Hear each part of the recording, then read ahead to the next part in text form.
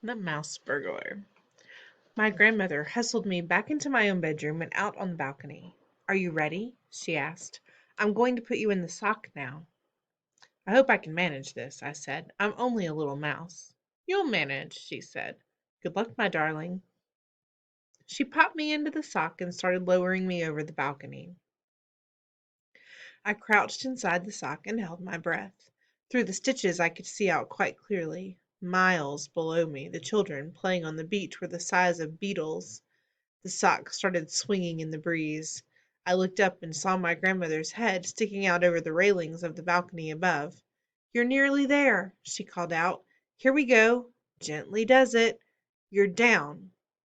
I felt a slight bump. "In you go," my grandmother was shouting. "Hurry, hurry, hurry, search the room." I jumped out of the sock and ran into the Grand High Witch's bedroom. There was the same musty smell about the place that I had noticed in the ballroom. It was the stench of witches.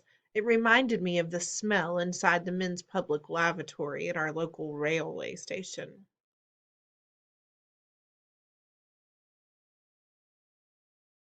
As far as I could see, the room was tidy enough. There was no sign anywhere that it was inhabited by anyone but an ordinary person, but then there wouldn't be, would there?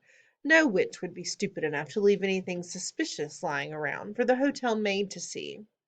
Suddenly, I saw a frog jumping across the carpet and disappearing under the bed. I jumped myself. "Hurry up!" came my grandmother's voice from somewhere high up outside. "Grab the stuff and get out." I started skittering around, trying to search the room. This wasn't so easy. I couldn't, for example, open any of the drawers. I couldn't open the doors of the big wardrobe either.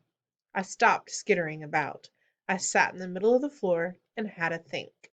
If the Grand High Witch wanted to hide something top secret, where would she put it?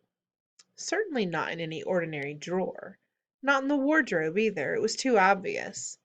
I jumped up to the bed to get a better view of the room. Hey, I thought, what about under the mattress?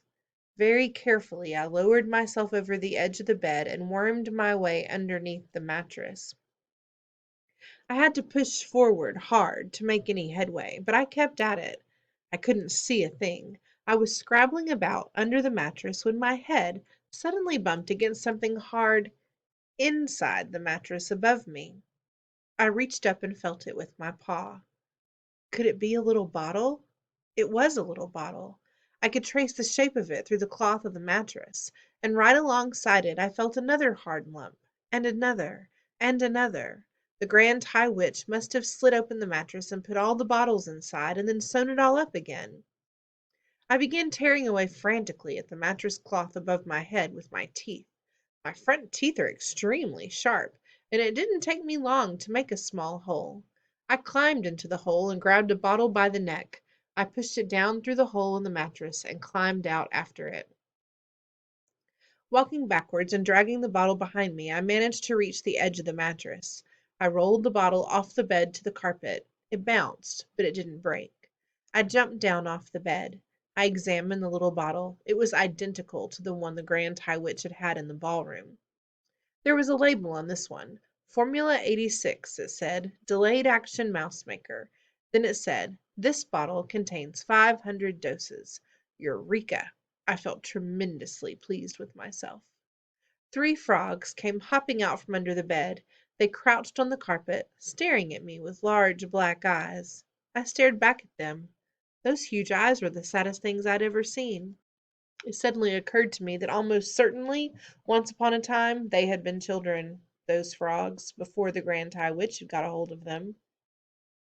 I stood there, clutching the bottle and staring at the frogs. "Who are you?" I asked them.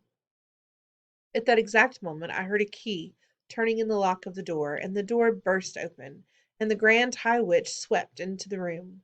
The frogs jumped underneath the bed again in one quick hop. I darted after them, still clutching the bottle, and I ran back against the wall and squeezed in behind one of the bedposts. I heard feet walking on the carpet. I peeped around the bedpost. The three frogs were clustered together under the middle of the bed. Frogs cannot hide like mice. They cannot run like mice either. All they can do, poor things, is to hop about rather clumsily. Suddenly the Grand High Witch's face came into view, peering under the bed. I popped my head back behind the bedpost. "So there you are, my little froggies," I heard her say. "You can stay where you are until I go to bed tonight.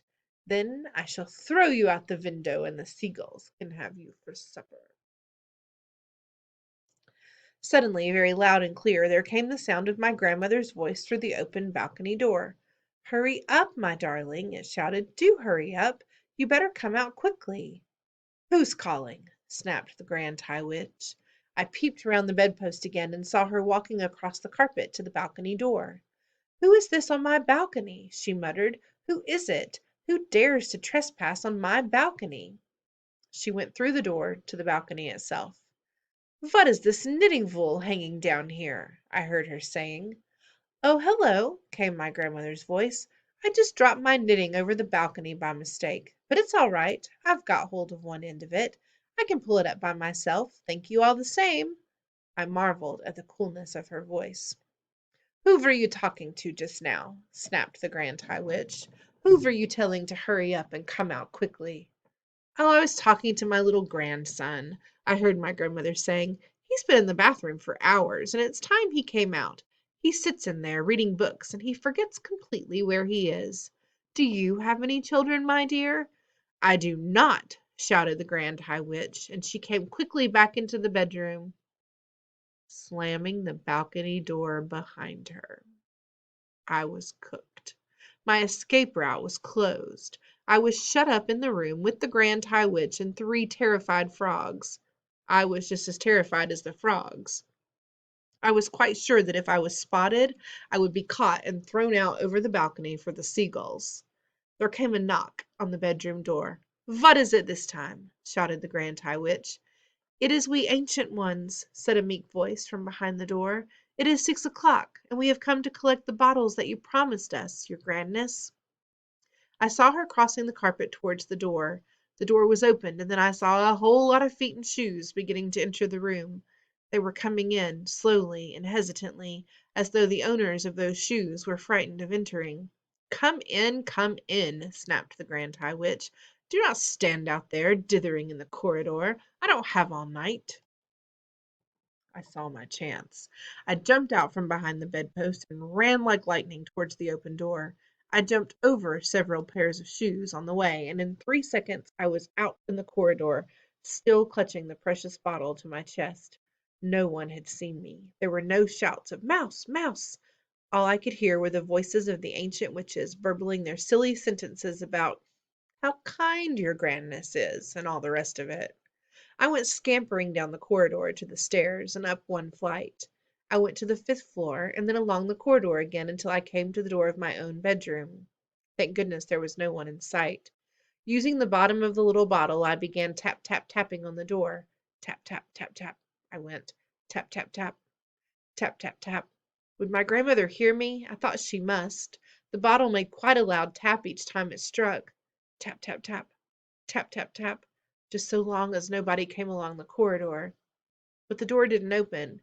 I decided to take a risk. "Grandmamma!" I shouted as loudly as I possibly could. "Grandmamma! It's me! Let me in!" I heard her feet coming across the carpet and the door opened. I went in like an arrow. "I've done it!" I cried, jumping up and down. "I've got it, Grandmamma! Look, here it is! I've got a whole bottle of it!" She closed the door. She bent down and picked me up and hugged me. "Oh, my darling!" she cried. "Thank heavens you're safe." She took the little bottle from me and read the label aloud. "Formula 86, Delayed Action Mouse Maker," she read. "This bottle contains 500 doses. You brilliant, darling boy. You're a wonder. You're a marvel. How on earth did you get out of that room?" "I nipped out when the ancient witches were coming in," I told her. "It was all a bit hairy, Grandmamma. I wouldn't want to do it again." "I saw her too," my grandmother said. "I know you did, Grandmamma. I heard you talking to each other. Didn't you think she was absolutely foul?" "She's a murderer," my grandmother said. "She's the most evil woman in the entire world." "Did you see her mask?" I asked. "It's amazing," my grandmother said. "It looks just like a real face. Even though I knew it was a mask, I still couldn't tell. Oh, my darling," she cried, giving me a hug, "I thought I'd never see you again. I'm so happy you got away."